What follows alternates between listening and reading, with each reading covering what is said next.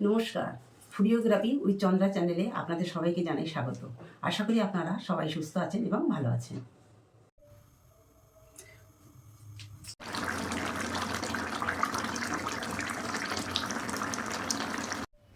আজ আপনাদের শাটিং মাছের বড়ি আলু দিয়ে ঝাল করে দেখাবো।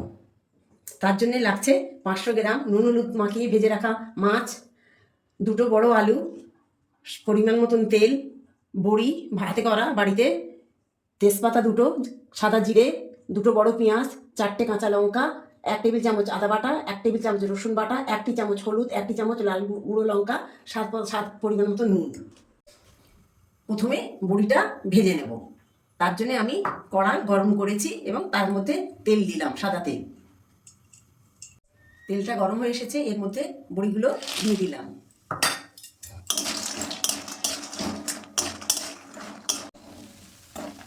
বড়িগুলি লাল লাল হয়ে ভাজা হয়ে এসেছে, এবার আমি একটা পাত্রে তুলে নিলাম। বড়িগুলি ভাজা আমার হয়ে গেছে। মাছ ভাজা তেল ছিল, সেটা আমি কড়ার মধ্যে দিয়ে দিলাম। তেলটা গরম হয়ে এসেছে, এর মধ্যে আমি সাদা জিরে আর দুটো তেজপাতা দিয়ে দিলাম। একটু নেড়ে নিয়ে 4টে কাঁচা লঙ্কা আর দুটো বড় পেঁয়াজ কুচি এর মধ্যে দিয়ে দিলাম।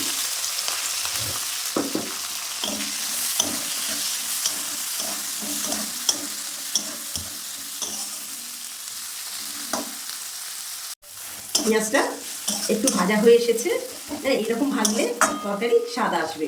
এর মধ্যে আমি আলুগুলো দিয়ে দিলাম, দিয়ে নেড়ে চেড়ে নিলাম।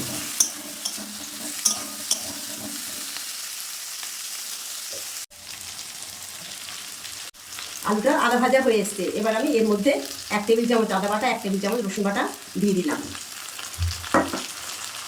আর পরিমাণ মতন নুন দিয়ে দিলাম।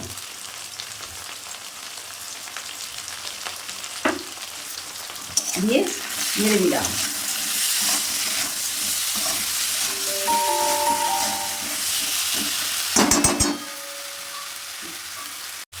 দিয়ে ঢাকা দিয়ে দিলাম।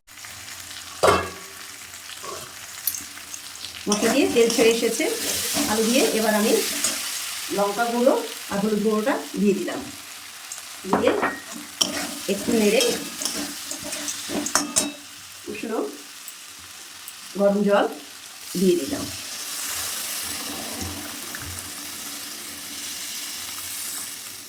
চাপা দিয়ে দিলাম।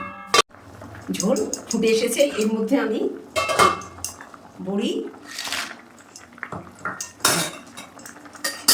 মাছ দিয়ে দিলাম।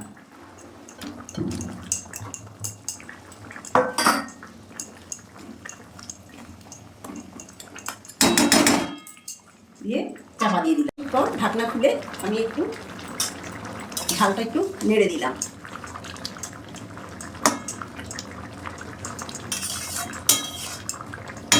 দিয়ে চাপা দিয়ে তরকারি হয়ে এসেছে, এবার আমি নামিয়ে নেব অন্য পাত্রে।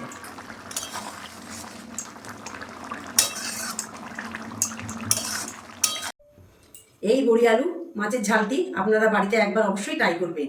আশা করি আপনাদের ভালো লাগবে।